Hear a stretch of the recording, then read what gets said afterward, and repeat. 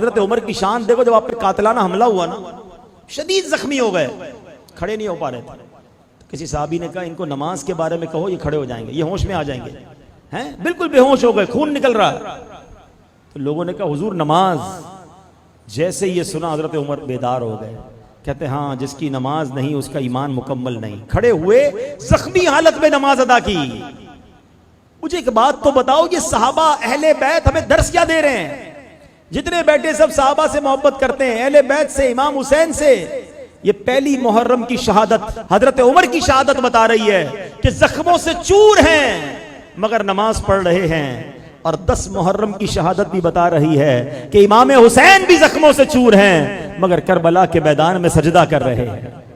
کہ دیکھو نماز کسی صورت میں معاف نہیں ہے. مگر یہ صحابہ سے محبت کرنے والا، اہل بیت کی محبت کرنے والا، امام حسین کی نیاز پکانے اور کھانے والے کی نماز کیسے قضا ہو رہی ہے؟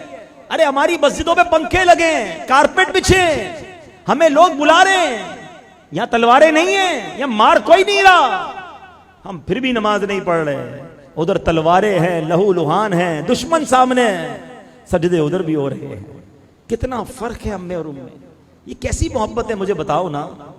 محبت صحابہ، محبت اہل بیت، محبت رسول اللہ صلی اللہ علیہ وسلم. ایک نعرہ بچپن سے سارے لگاتے ہو کہ غلامی رسول میں، لگاؤ نا، غلامی رسول میں نہ ہو جو عشق مصطفیٰ.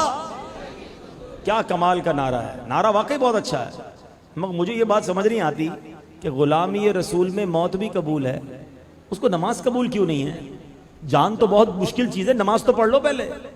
آپ کو پتہ ہے نبی پاک علیہ الصلوۃ والسلام کو سب سے زیادہ کیا پسند ہے؟ آقا فرماتے جعلت قرۃ عینی فی الصلاۃ، نماز میں میری آنکھوں کی ٹھنڈک ہے.